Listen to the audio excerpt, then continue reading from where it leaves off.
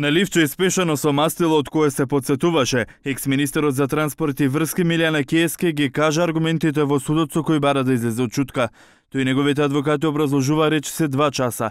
Јане Киевски не сака да биде жртва поради бегството на Груевски.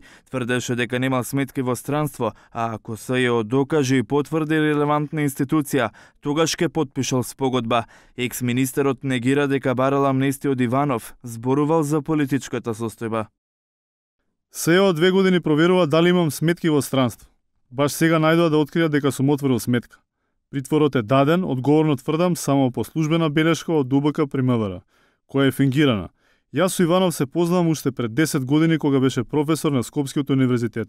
Сакам да ги замолам членовите од СЈО ако може да го повлечат притворот. Јане Киевски бегството го планирал на 13 ноември, а СЈО имале и докази. Ваквата околност дека сакал да бега ја добивме од надлежните органи кои ги добиваат таквите информации.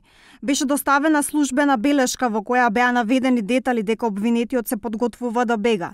Не можеме да го задржиме Миле да бега без притвор. Аргументите на екс-владиниот генерален секретар Кирил Божиновски беа пократки, но идентични како на Јане Киевски. Решенијата за притвор според одбраната се исти на Божиновски и Јане Киевски, и поранешниот владин генерален секретар тврдеше дека нема намера да бега и дека немал банкарски сметки во странство. Одбраната образложуваше дека Божиновски има сопруга со нарушена здравствена состојба, а тој треба да се грижи за 2 деца. Како аргумент зошто да излезат од притвор, адвокатите наведоа дека Јане Киевски и Божиновски редовно се јавувале во судот.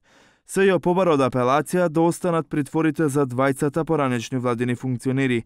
Притворите на Јане Киевски и Божиновски им се определени во предметот за изборните нерегуларности Титаник.